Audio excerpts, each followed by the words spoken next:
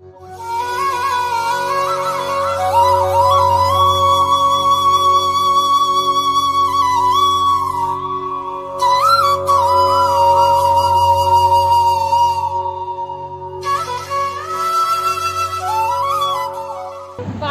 जो आपने कल प्रश्न समाप्त किया था वो आज शुरू करो। या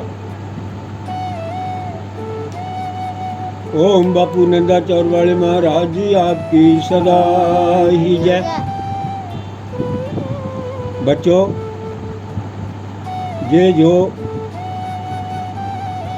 आपने पहले भी 2 प्रश्न किए थे और आज भी जो प्रश्न किया था, उसी के संदर्भ में ये हमारे गुरु दरबार नंदाचौर की जो भूमिका है, बैकग्राउंड है, उसी को आगे चलाते हुए आज का प्रसंग शुरू किया जा रहा है।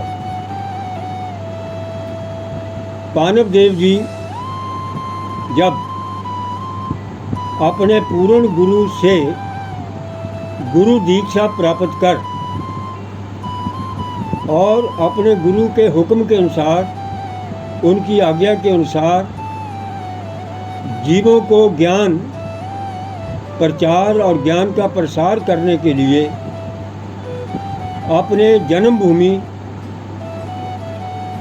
धामपुर बिजनौर में आ गए, तो वहाँ पर आके उन्होंने मूर्त रूप में प्रैक्टिकली ज्ञान का प्रचार प्रसार अपने गुरु की आज्ञा के अनुसार करना शुरू कर दिया कि ये जो मानव जीवन है, 84 लाख योनि के बाद बड़ी मुश्किल से, भाग्य से, कर्मों के अनुसार ये मानव जीवन, मनुष्य जीवन मिलता है। तो इसमें कर्म कैसे करने चाहिए, इसकी सफलता में प्रयासरत कैसे होना चाहिए, ये संत पानव देव जी इसका प्रसार और प्रचार करना शुरू कर दिया उन्होंने बिजनौर और धामपुर में। तो इसका ज्ञान का जब प्रचार कर रहे थे, तो सर्वप्रथम सबसे पहले उन्होंने अपने गुरु की स्तुति प्रशंसा के रूप में एक श्लोक बोला संस्कृत का,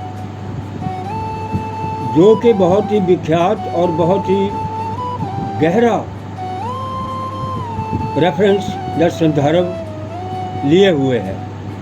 वो श्लोक क्या है? गुरु परमेश्वर एको जान, गुरु मिल पे प्रभु पहचान। क्या? गुरु परमेश्वर, बोलो, गुरु परमेश्वर एको जान, गुरु मिल पे प्रभु पहचान। इसका मतलब ये है कि संत पानव देव जी को जब पूर्ण गुरु मिल गए,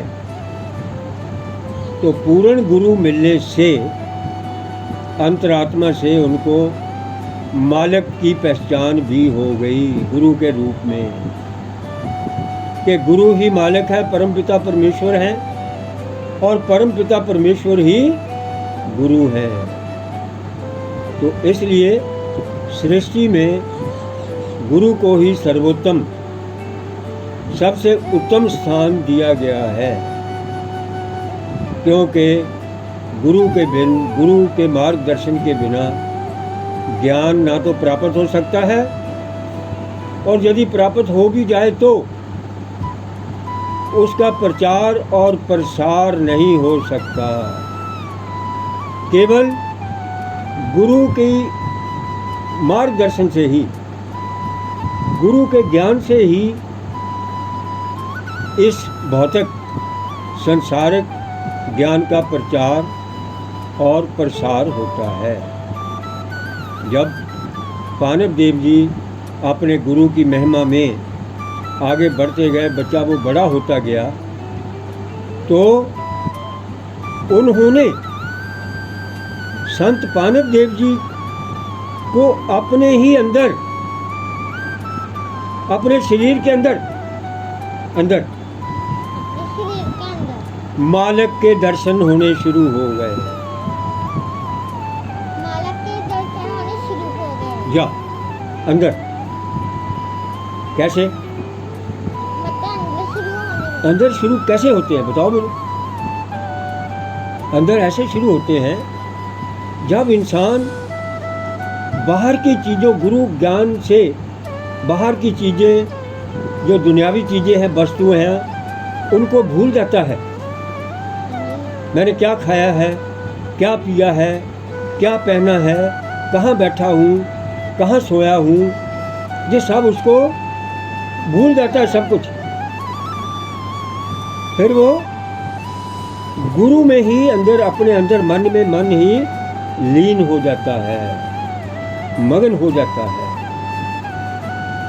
तो इस शरीर के बीच में, मानव शरीर में ही एक बहुत सुंदर आत्मा रूप में, मालिक रूप में एक ड्राइवर रहता है। कौन रहता है? ड्राइवर रहता है। कैसे? जैसे ट्रक के बीच में ड्राइवर बैठा होता है तो उसको चलाता है। ट्रक अपने आप नहीं चल सकता कभी, बस अपने आप नहीं चलती कभी, और ना ही तेरे पापा की कार अपने आप कभी चलती है। वो चलाते हैं ना उसको, कभी चलती है। तो तेरे पापा क्या हो गए? ड्राइवर। क्या हो गए? ड्राइवर। और ड्राइवर कौन होता है फिर? आत्मा। क्या हो गई? आत्मा। आत्मा। तो जो आत्मा है फिर वो इंसान के शरीर के अंदर बैठी हुई उसको सब कुछ बताती रहती है। अब आपने इधर को चलना है, अब खड्डे हैं, अब पत्थर है, बच के रहना है, पानी है, अब आग है, अब हवा है, इससे बच के रहना है, ये आदियाँ हैं, ब्यादियाँ हैं, ये छल है, कपट है, धोखा है, झूठ है, इन सब से बच के रहना है, वो सब बताती रहती है। मगर जो इंसान है वो लालच में आकर के, लोभ में पड़ के, माया में आकर के, इस संसार के भौतिक उसमें अपने आप को फंस के आत्मा को जो हुक्म है उसको भूल जाता है, और फिर इस चक्कर में, उल्टे चक्कर में, दुनियावी चक्कर में पड़ जाता है। तो उसको आत्मा कहाँ से मिलनी है? उसको अपने अंदर दर्शन मालिक के कहाँ से होंगे? नहीं होंगे ना। तो जब तक वो दुनियावी बातों को, दुनियावी चीज़ों को, संसारिक चीज़ों को, ये सब जो पदार्थ हैं, इनको नहीं भूलेगा तो तब तक अपने अंदर मालिक के दर्शन नहीं कर पाएगा। मालिक के दर्शन तो तभी होंगे अपने में यदि हम ये क्या है, वो क्या है, कहाँ रहते हैं, क्या खाते हैं, क्या पीते हैं, इन सब को भूल जाए। हमारे पड़ोस में कौन रहता है, हमारे लेफ़्ट साइड में, राइट साइड में, फ्रंट में, बैक साइड में कौन रहते हैं, हमें इन बातों का ध्यान नहीं होना चाहिए। कैसे? जैसे मैंने कई दफ़ा देखा है कि हमारे जो बापूजी महाराज साहब हुए हैं, वो इसी घर में रहते हुए उनको पता नहीं था कि गली में क्या हो रहा है, ढोल बज रहे हैं, वो अपना मस्त, उनको कुछ नहीं पता, उन सुनते नहीं थे। मैं बड़ा सोचा करता था ये ढोल बज रहे हैं, शोर मच रहा है, इनको सुनता ही नहीं। वो फिर बाद में पता चला कि वो तो अपने अंदर ही दर्शन करते थे मालिक के, उनको बाहर की चीज़ों से क्या लेना, चाहे ढोल बजे तो चाहे नगाड़े बजे। तो ऐसे ही पानक देव जी को अपने गुरु के रूप में मालिक के दर्शन अपने अंदर ही होने शुरू हो, अपने अंदर ही रोशनी शुरू हो। तो फिर उन्होंने एक श्लोक और बोल दिया। क्या बोला? एक श्लोक और बोल दिया। क्या बोला? आप वो भी ध्यान से सुनो, ध्यान से सुनना। घर में रतन अमोल है।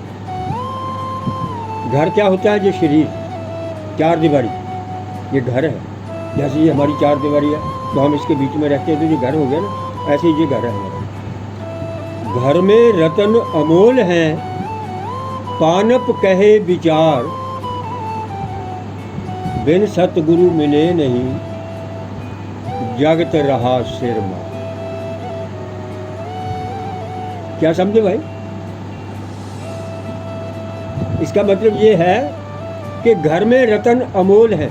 ये जो घर है, शरीर है, हीरे जवाहरात मोती रतन सब कुछ इसी के अंदर है, बाहर ढूंढने की जरूरत नहीं है। पानप कहे विचार, कि पानप देव जी ने ये जो बात कही है ना कि घर में रतन अमोल हैं, ये बहुत सोच समझ के विचार करके ही बात कही है।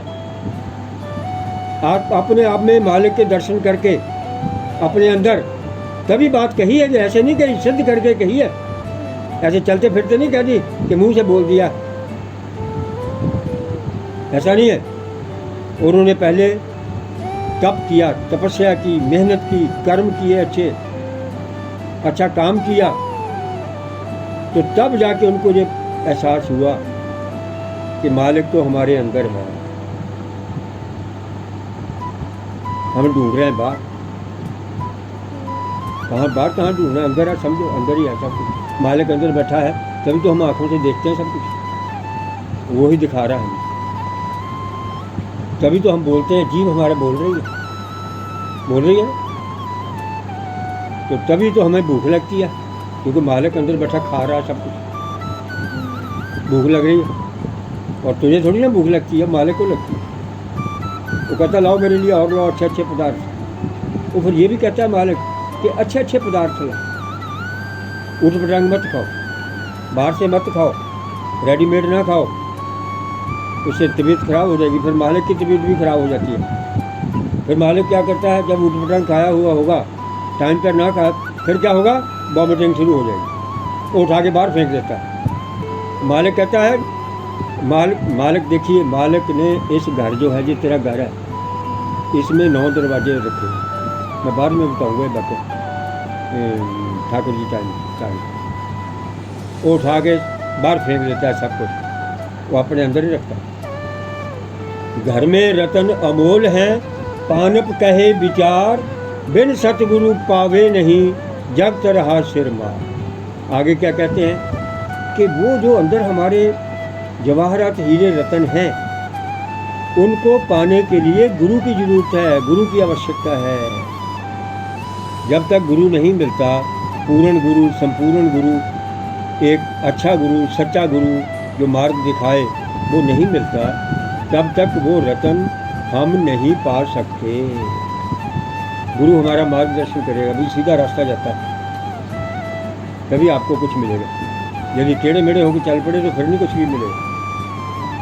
तो इसलिए हमको सच्चे मार्ग पर चलना है, अच्छे मार्ग पर चलना है, तभी हमें गुरु कृपा से घर में रतन अमोल हैं, पानप कहे विचार, बिन सतगुरु पावे नहीं, जग तरहा सिर। ये सब कुछ तभी हो पाता। उसके बाद फिर पानप देव जी जब बड़े होते गए, उनकी अवस्था आगे बढ़ती गई, तो फिर क्या हो गया, उनकी ख्याति जो थी, प्रशंसा थी, सारी सृष्टि में फैल गई, संत पानप देव, संत पानप देव, संत पानप देव। फिर क्या होना शुरू हो गया, कभी कभी कोई शरीफ आदमी बेचारा, उसके परिवार में कोई किसी की डेथ हो गई है, वो रोने लग जाते थे उनके पास आके कि महाराज हमारा एक ही परिवार का था, वो चला गया, अभी टाइम नहीं था उसको। पानप देव जी कहते जाओ घर जाके देखो जाओ। तो घर जाके देखते थे, वो बंदा बेचारा वहाँ बैठा हुआ खेल रहा, बातें करता। फिर ऐसा काम शुरू हो गया पानप देव हैं, जो फिर बेचारे भूखे होते थे, उनको बैठे बैठे सब कुछ मिलना शुरू हो गया। जिनके पास कोई रहने के लिए जगह नहीं होती थी, उनको बैठे बैठे मिलना शुरू हो गया। जैसे कृष्ण जी की झोंपड़ी, उसकी सुदामा की झोंपड़ी को महल बना दिया कृष्ण जी ने। ऐसे ही पानप देव जी जो बेचारे असहाय होते थे, जिनका कोई सहारा नहीं होता था, उनके लिए वो बैठे बैठे सब कुछ कर देते थे, ऐसे हाथ फेरते थे, सब कुछ हो जाता। तो धीरे धीरे करते करते पानप देव जी की अवस्था ज़्यादा बड़ी हो। उन्होंने फिर जो उनकी संगत थी, और जो उनके संगत, जैसे बापू जी की संगत आती है, तो संगत को ये कहना शुरू कर दिया कि वे अब मेरा टाइम आ गया है इस भौतिक शरीर को, इस दुनिया को छोड़ने, अब मैं ज़्यादा देर तक नहीं रहूँगा। अब जिस मकाम के लिए मेरे गुरु ने हुक्म किया था, कि मालिक का हुक्म हुआ था, वो पूर्ण हो गया।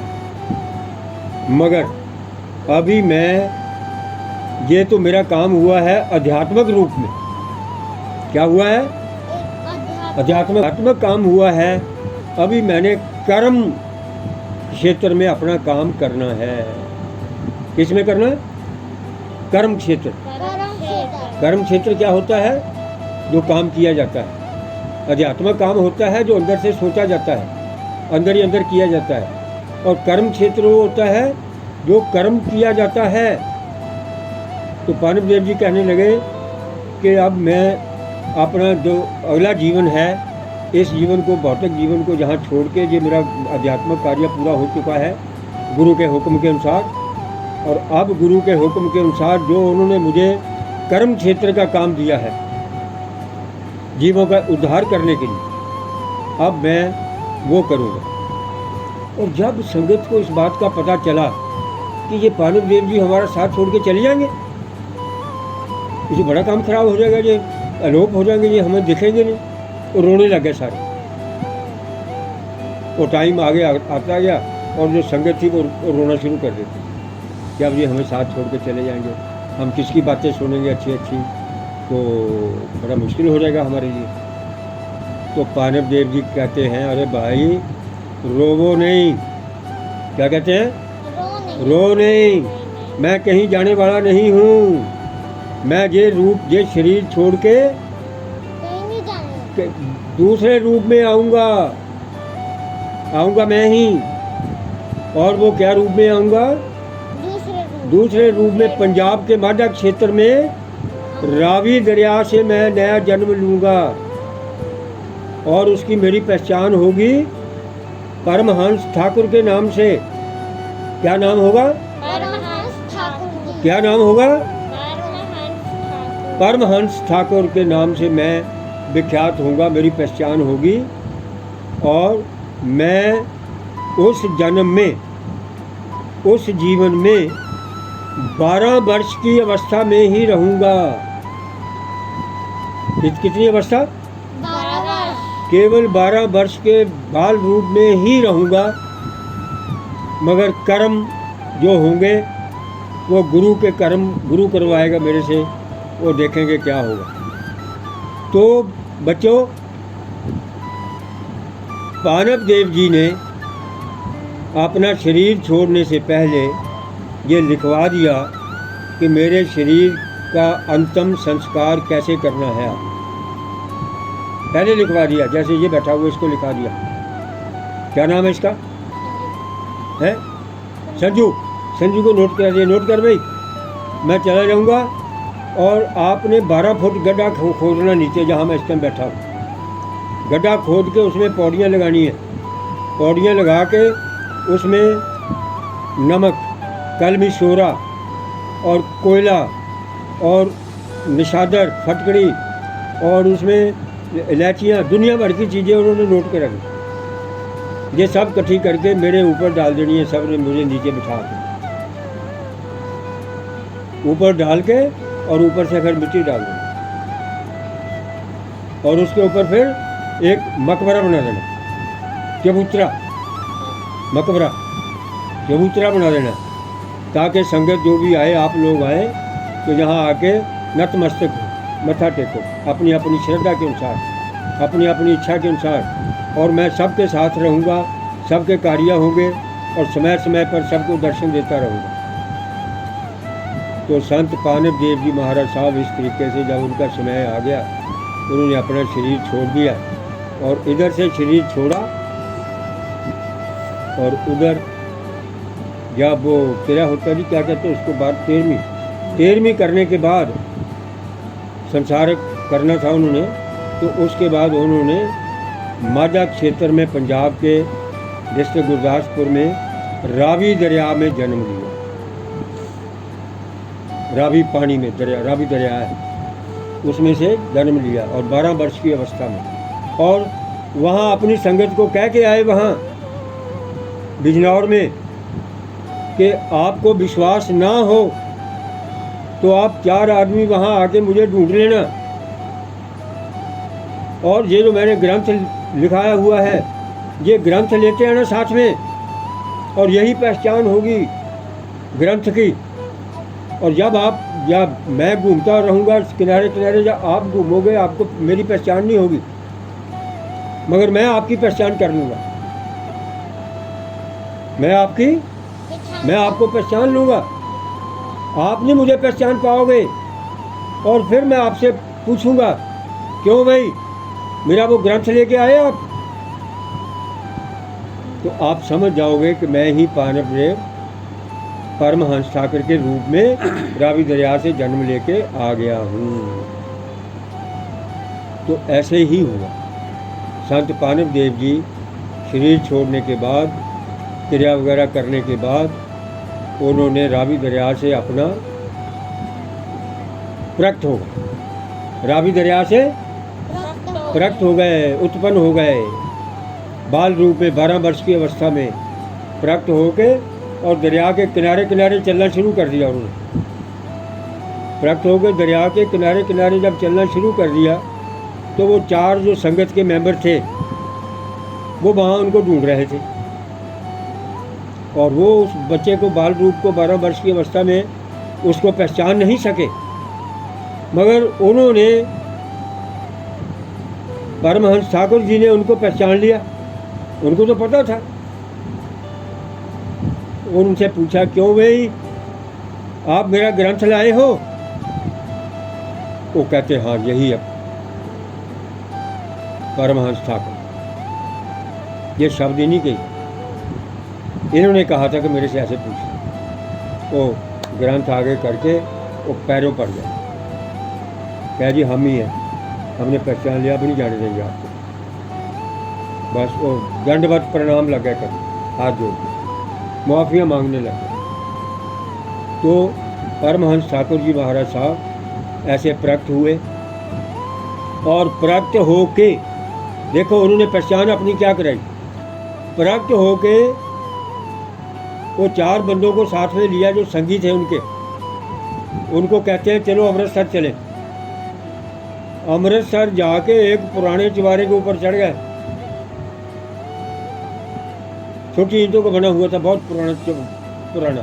उनको कहते हैं भाई तुम यहाँ नीचे खड़े रहो, मैं ऊपर जाता हूँ। ऊपर चढ़ के उनका दोस्त था एक पुराना, उसको आवाजें मारनी शुरू कर दी। उसका नाम था बसावा सिंह। क्या था?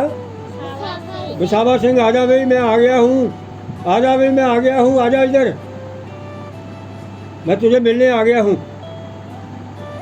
वो बसावा सिंह के तो पागल हो गया वो, कि ये तो मेरे दोस्त की आवाज़ है ठाकुर जी की।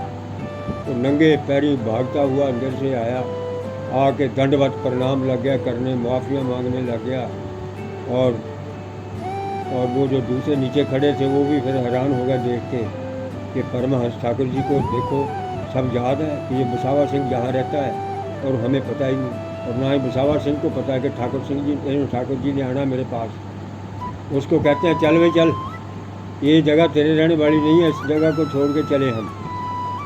तो परमहंस जी महाराज साहब, वो जो 4 बंदे थे उनको तो उन्होंने भेज दिया वापस कि जाओ भैया, अब आपको पता चल गया और आपको विश्वास हो गया कि मैं पानव देव था और मैं ही ठाकुर हूँ, ठाकुर परमहंस हूँ, अब आप जाओ। और अब मेरा दूसरा रूप शुरू हो गया है, और अब मैं अपना कर्म करूँगा अपने गुरु के हुक्म के अनुसार। वो वहाँ से बसावा सिंह को साथ में लेके नरबड़ चले गए।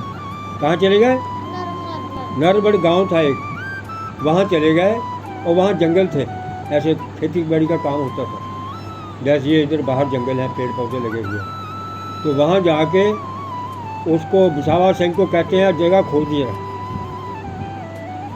वो जगह जब खोदी तो कमाल हो गई, बसावा सिंह भी पागल हो गया। वो वहाँ पर संत परमहंस ठाकुर जी महाराज साहब की चरण पादुके निकली। उसको कहते हैं और खोद। वो खोदते खोदते जब नीचे चलेगा, वहाँ से एक चिमटा निकला, वो जमीन में लगाया हुआ था। उसको कहते हैं और खोद। वो जब और आगे खोदा तो करते करते वहाँ वो थड़ा साफ बना हुआ, तपस्या करने वाला। उसको कहते हैं और खोद। वो जब थोड़ा सा और खोदा उसने, तो वहाँ सुरंग निकली जो हरिद्वार को जा रही थी नीचे से। वो डर गया। वो कहता महाराज ये काम आप ही कर, मैं नहीं कर सकता, ये आपकी माया, आप ही जानो, मेरे बस का काम नहीं है जहाँ जाना। वो कहते चिंता न कर यार, तू डरता क्यों, मेरी जगह मैंने इसमें सतयुग में तप किया हुआ, सतयुग में तपस्या की हुई है मालिक के नाम की, और मेरा गुरु और मैं दोनों हम यही रहते थे, ये वो जगह है। तो परमहंस ठाकुर जी महाराज साहब ने जहाँ सतयुग में तपस्या की थी वो जगह वहाँ से खुदवाई, और अपने सारी खुदाई की चीज़ें जो चिमटा, खड़ाऊँ, कमंडल, एक कमंडल भी निकला, और छड़ा जहाँ से वो बैठ के तप किया करते थे ऐसे, और एक डंडा निकला, और कई कुछ धूना, राख, यहाँ धूना लगा के बैठा करते थे, वो निकला वहाँ से। तो करते कराते जी फिर वहाँ धीरे धीरे करते एक बड़ी मंदिर बन गया नरबड़ में। पहला मंदिर परमहंस ठाकुर जी महाराज साहब का नरबड़ में बना। नरबड़ क्या? नरबड़। नर का मतलब होता है मानव, नर का मतलब इंसान, ह्यूमन बीइंग। नर का मतलब ह्यूमन बीइंग, अंग्रेजी भी सीखो, बोलो ह्यूमन बीइंग। और बड़ का मतलब होता है बड़ा, एक जहाँ लोग रहते हैं उसको बड़ा कहते हैं, नर बड़। तो वहाँ पहला मंदिर परमहंस ठाकुर जी महाराज साहब का। और नरबड़ कहाँ हुआ? डिस्ट्रिक्ट गुरदासपुर में। उन दिनों में महाराजा रणजीत सिंह जी का राज था पंजाब, तो वो महाराजा रणजीत सिंह जी की रियासत में नरबड़ आता था, उनके अंडर था। तो परमहंस ठाकुर जी महाराज साहब ने वो जो बसावा सिंह था उसको भी भेज दिया वापस, कि तू भी अब जा भाई, अब मेरा काम शुरू हो गया है, अब मैं अपने तरीके से अपने गुरु के हुक्म के अनुसार जहाँ कर्म करना, तो अब मैं कर्म करूँगा जहाँ, अब तुम लोगों का जहाँ कोई काम नहीं, अब मेरा गुप्त रूप में मेरे कर्म होंगे। तो सबसे पहले उन्होंने गुप्त रूप में क्या किया? अब सुनो, बातें सुनने वाली है जी जरा। परमहंस ठाकुर जी महाराज साहब ने क्या कौतक करने शुरू कर दिए। क्या करने शुरू कर दिए? चमत्कार। क्या चमत्कार करते थे वो आपकी तरह छोटे छोटे बच्चों को ऊपर से बुलाते थे, दैवी ऊपर से मालिक से रात को बुलाया करते थे। कोई उसको कहते थे रासलीला। क्या कहते थे? रासलीला और रामलीला। परमहंस ठाकुर जी महाराज साहब की रासलीला के मेंबर, किसके मेंबर? रासलीला। जैसे आप हो, आप हैं, ये भी एक बंदा आज नया आ गया, ये है, वो है, ये बीबियाँ हैं, ये रासलीला के मेंबर हैं सारे। रामलीला और रासलीला के मेंबर परमहंस ठाकुर जी महाराज साहब ने ऊपर से मंगवाने शुरू कर दिए, मालिक से मंगवा के। तो वो राम की जो रामलीला है, मालिक के नाम की जो रासलीला थी, पहले रासलीला बहुत हुआ करती थी, और कृष्ण जी की रासलीला, रामचंद्र जी की रामलीला, वो रात को गुप्त रूप में जंगल में किया करते थे। किसमें करते थे? जंगल में किया करते थे। और उस जंगल में बड़ी रोशनी हो जाती थी, चारों तरफ रोशनी, और बड़ी सुंदर सुंदर आवाज़ें आया करती थी उस जंगल में से, बड़ी अद्भुत रोशनी और अद्भुत आवाज़ें। रासलीला अपने तरीके से मालिक के नाम की रामलीला और रासलीला करते थे बच्चों के साथ। बच्चों को अध्यात्मक और कर्म करना सिखाते थे वो, मगर कर्मों को जो अच्छे तरीके से करना है अंदर से, उसको क्या कहते हैं? अध्यात्मक। क्या कहते हैं? आध्यात्मिक तौर से कर्म। तो परमहंस ठाकुर जी महाराज साहब उन बच्चों के साथ रामलीला और रासलीला करते हुए कई तरह के कौतक किया करते थे। और एक बार क्या हुआ, तो रासलीला और रामलीला करते करते परमहंस ठाकुर जी महाराज साहब इतने मगन हो गए, तो उनको पता ही नहीं चला कुछ भी कि टाइम ज़्यादा हो गया। क्या हो गया? टाइम ज़्यादा हो गया, और सवेर के 3 बज गए होंगे या 4 बज गए होंगे। तो एक गवाला वहाँ से जा रहा था। कौन जा रहा था? गवाला कौन होता है? जो दूध बेचने वाला होता है। गवाला किसको कहते हैं? दूध बेचने वाले को, जो अपने सिर के ऊपर मटकियाँ रख के दूध बेचने जाता है। उसने देख लिया, उसने परमहंस ठाकुर जी महाराज साहब की रामलीला और रासलीला होते हुए देख ली, और ठाकुर जी को पता चल गया कि ये कोई बंदा हमारी रासलीला देख रहा था। और ना रासलीला रामलीला अपनी समाप्त करके समेट के, और जितने भी उनके साथ बच्चे थे वो सब गए, और वो अकेले रह गए। उसको बुलाया उन्होंने, वो बंदे को। पहले तो देखते नहीं थे, वो नज़र नहीं आते थे, आध्यात्मिक रूप में थे, रूहानी रूप में। तो जब मानव रूप में आ गया ठाकुर जी, उसको बुलाया, इधर आगे बात सुन कि तू कब से खड़ा है जहाँ? कि जी मैं 15-20 मिनट, आधा घंटा हुआ है। तूने हमें देखा? हाँ जी, मैंने आपका सारा नज़ारा देखा, जहाँ रोशनी थी बड़ी ज़बरदस्त, और गहरी रोशनी थी, गहरी रोशनी, और अंदर बड़ी सुंदर ध्वनि, ऑर्केस्ट्रा बज रहा था, और बड़े सुंदर नाच गाने डांस हो रहे थे, रासलीला हो रही थी, रामलीला मालिक के नाम की हो रही थी, भजन कीर्तन हो रहा था, मैं सब सुन रहा था। पारमहंस जी उसको कहते हैं, बात सुन गई, अभी मेरी बात सुन ले। ये तूने अपने गांव में जाके किसी को बताना नहीं, हमारा भेद नहीं देना कि हम क्या कर रहे थे, क्योंकि तूने देख लिया है।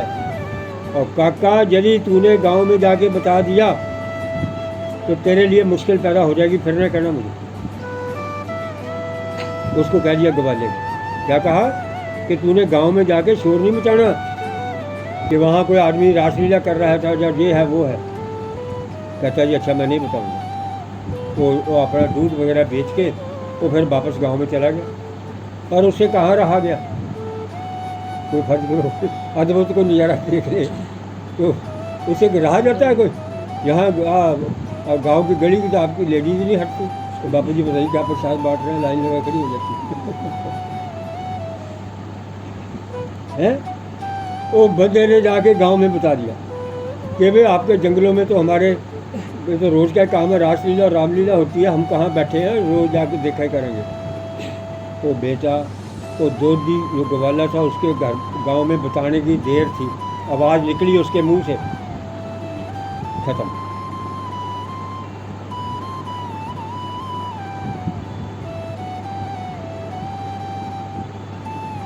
जब ठाकुर जी ने उसको वार्निंग दे दी थी कि तूने गांव में जाके इसका भेज नहीं देना, वो उससे रहा नहीं गया, और कह दिया था कि तेरे लिए मुश्किल पैदा हो जाएगी।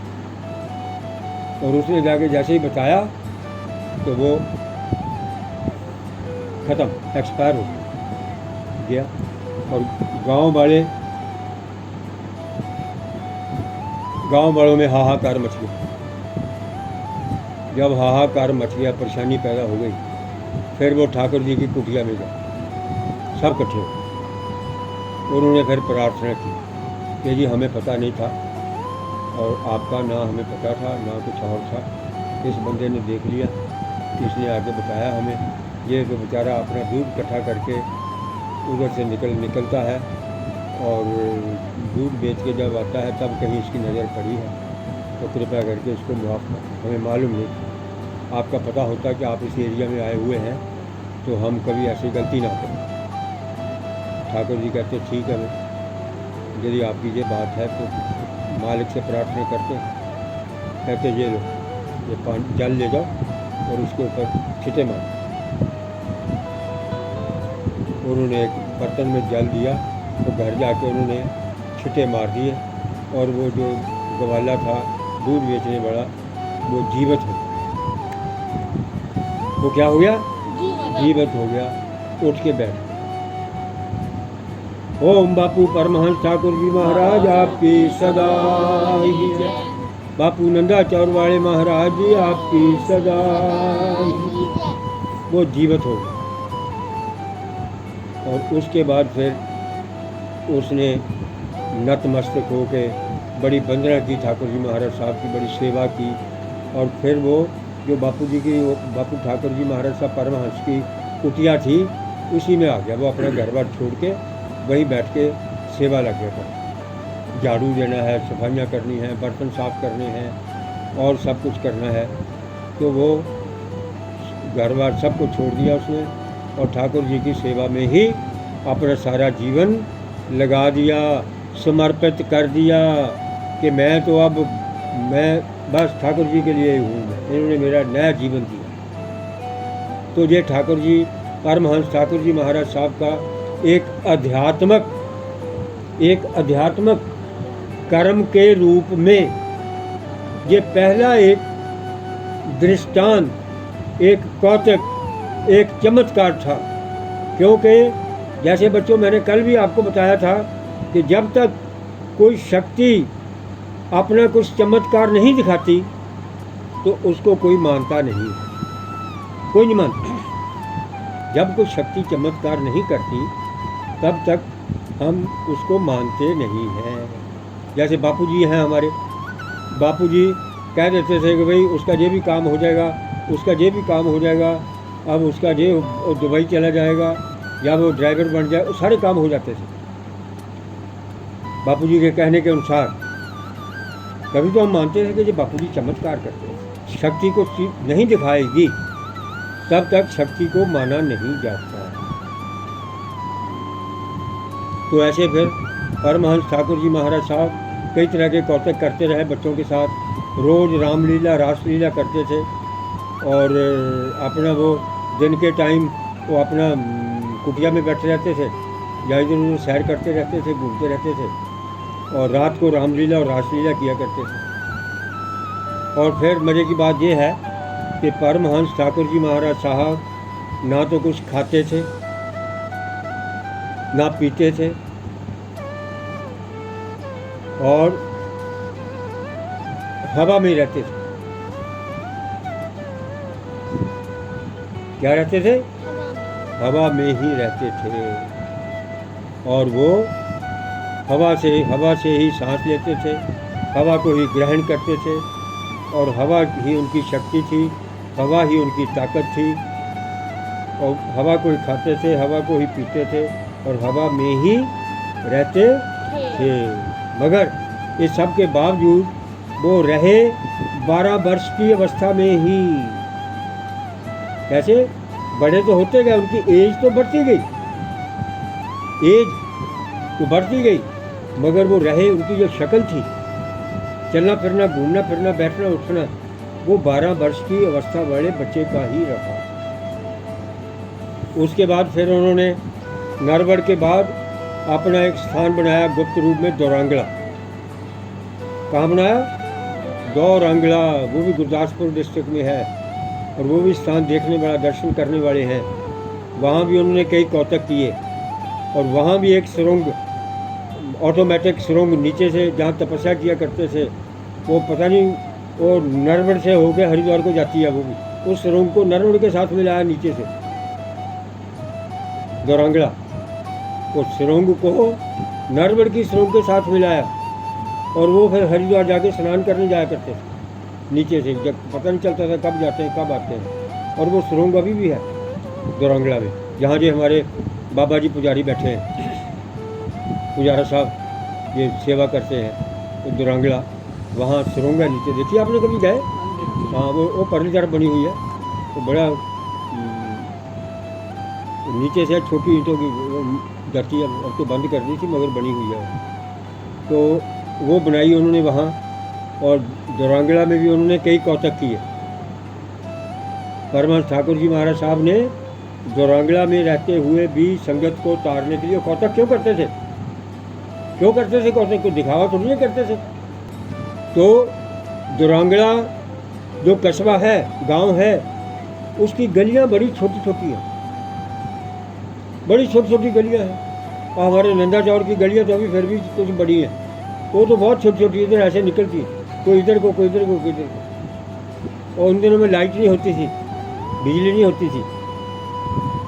तो परमहंस ठाकुर जी महाराज साहब जब शाम को आरती के बाद दौरांगला की गलियों में चलते थे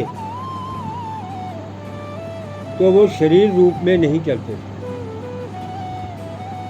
तो वो शरीर रूप में नहीं चलते थे, वो एक रोशनी में रूप में चलते थे। रोशनी, वो गलियों में रोशनी चलती थी चारों तरफ, इधर जाते थे, इधर निकलते थे, इधर निकलते, इधर निकलते, ऐसे करते। अभी भी वहाँ की जो नागरिक हैं संगत है वो बताती है, जो पुराने लोग बैठे हैं, जहाँ कहानियाँ सुनी हुई हैं कि परमहंस ठाकुर जी महाराज साहब जब गलियों में चलते थे जहाँ द्रांगला में, तो रोशनी चलती थी। और जब वो सारे गांव का चक्कर काट के अपने मंदिर में दरबार में आ जाते थे, तो फिर वो इंसान रूप में होते थे, नहीं तो रोशनी के रूप में चलते थे। तो ये हमारे बापूजी महाराज साहब, परमहंस ठाकुर जी महाराज साहब के चमत्कार हैं।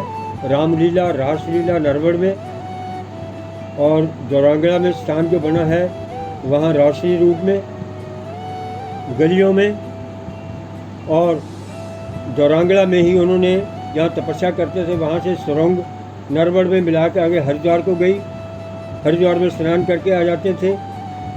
और इसको कहते हैं अध्यात्मक कर्म।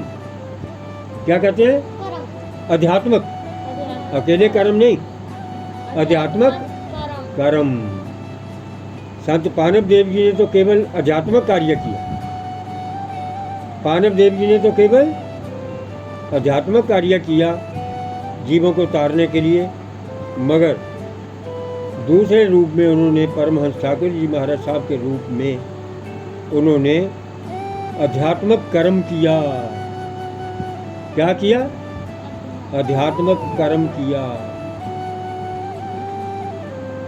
अध्यात्मक कर्म बहुत मुश्किल होता है, दो रूप इंसान को बनाने पड़ते हैं उस शक्ति को, एक अध्यात्मक अंदर से अध्यात्मक, और शारीरिक रूप में कर्म।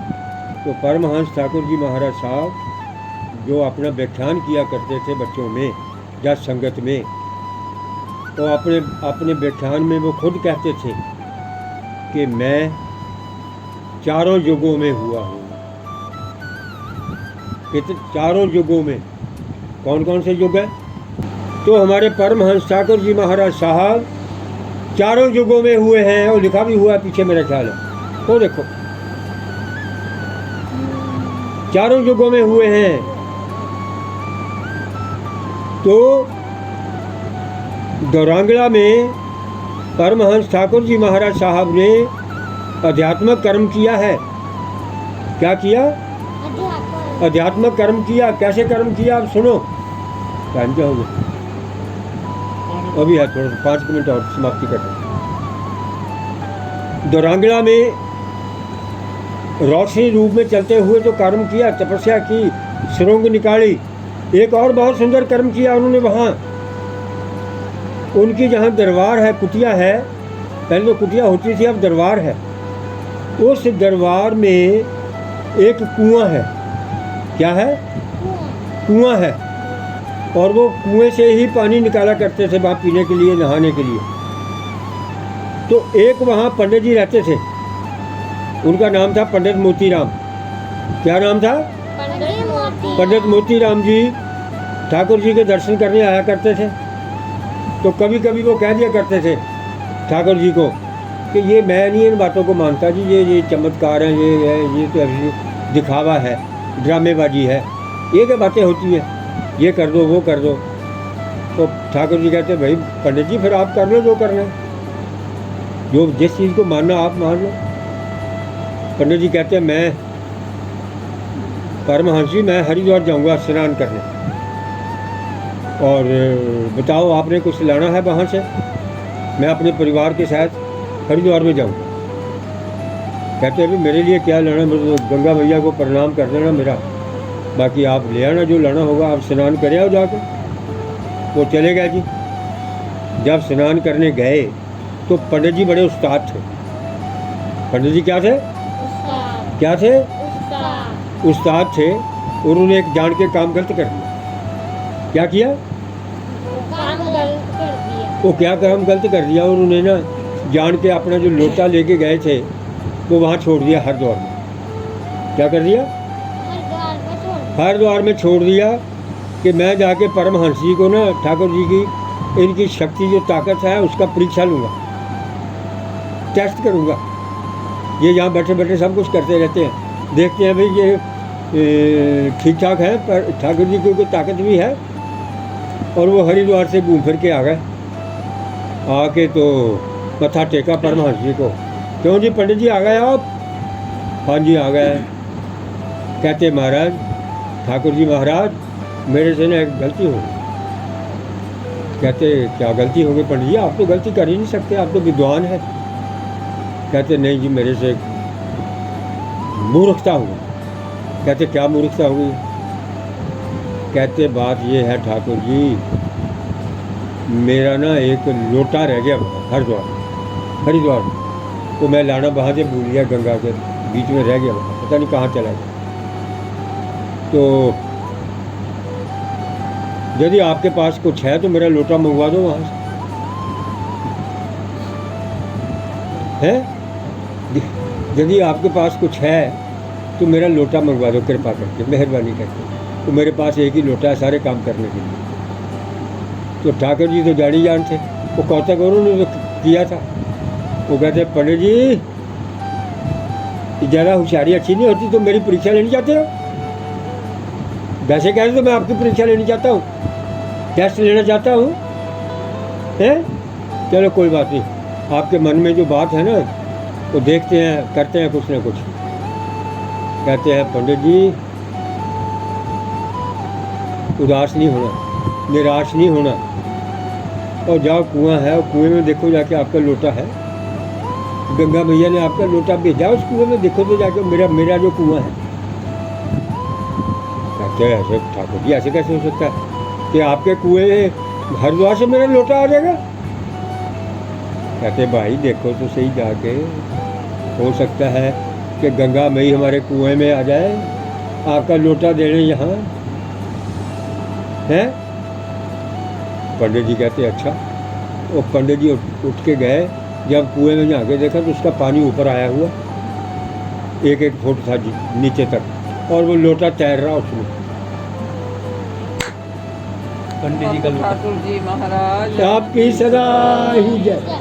वो लोटा हरिद्वार से बापू जी के कुएं में तैर रहा ऊपर, और गंगा आई हुई, और गंगा उठा लिया हमारे। वो मोतीराम पंडित जी तो डर गए, घबरा गए कि अब कैसे किया जाए, बचा कैसे जाए। तो छाले मार रही है गंगा। तो आके बताया ठाकुर जी को कि ये तो मैं तो नहीं लोटा निकाल सकता, वो आप ही निकालो आगे, तो मुझे तो हाथ नहीं लगाने दे रही। वो कहते मैं समझता हूँ क्यों कर रही है, मुझे पता है, ये गंगा हमारे चरण छूने आई है। ये गंगा मैया हमारे चरण छूने आई है। कोई बात नहीं, देखते हैं आपका लोटा निकाल देते हैं। वो आए, ठाकुर जी महाराज साहब आए, कहाँ बैठ गए, अपना पैर नीचे किया, गंगा माई ने उछाला मारा, और पैर जैसे पानी से टच हुआ नीचे चली गई, और लोटा ऊपर आ गया, और लोटा उठा के उसको पंडित जी को दे, लो पंडित जी, ये आपका लोटा। ओम ठाकुर जी महाराज आपकी सदा। तो गंगा जो थी, वो कुआं जो था वो नीचे हो गया, और पानी नीचे चला गया, और आज भी वो कुआं है वहाँ। हैंडपम्प लगा हुआ, मोटर लगी हुई है उसमें, दौरांगला में, दरबार में है, वहीं से पानी पीते हैं सारे। तो हमारे जो बाबा जी हैं वो वहाँ पुजारा साहब बापू हैं वहाँ दौरांगला में। हमारे बाबा जी जो हैं जलंधर वाले पुजारा साहब, वो वहाँ सेवा करते हैं, और बहुत सेवा करते हैं, बड़ी तपस्या करते हैं, और सारी संगत के लिए सुख शांति मांगते हैं, और अपनी तबीयत खराब होते हुए भी वो संगत के लिए सुख शांति मांगते हैं। तो बहुत सेवा की उन्होंने, अभी भी जाते रहते हैं। तो प्रार्थना है ठाकुर जी महाराज साहब से कि हमारे बाबा जी जो हैं उनको सेहत दें, तंदुरुस्ती दें, और वो संगत की सेवा कर सकें। तो बच्चों, ये अभी परमहंस ठाकुर जी महाराज साहब का आगे चलेगा, अभी समाप्त नहीं हुआ, अभी तो शुरुआत ही हुई है। उनके दृष्टांत, उनके कौतक, अभी तो ठाकुर जी महाराज साहब ने कई तरह के कौतक और करने हैं, वो अब फिर आगे आपको अगले प्रसंग में सुनाएंगे। तो आज जो हमने प्रसंग संत पानव देव जी के दूसरे रूप के परमहंस ठाकुर जी महाराज साहब के रूप में 12 वर्ष की बाल्यावस्था में सुने हैं और हम बड़े भाग्यशाली हैं कि हमारे गुरु तो हमारे बीच में बैठे हुए हैं। और देखो परमहंस ठाकुर जी महाराज साहब चौकड़ा मार के बैठे, और देखो बैठे बैठे ना। तो इसलिए हमने भी कोशिश करनी है नतमस्तक होके डर के क्या करके डर के गुरु के ज्ञान से डरना है हमने कि कहीं गलत काम ना हो जाए और गुरु के दिखाए हुए मार्ग पर हमने चलना है, तभी हमारा जीवन सफल होगा।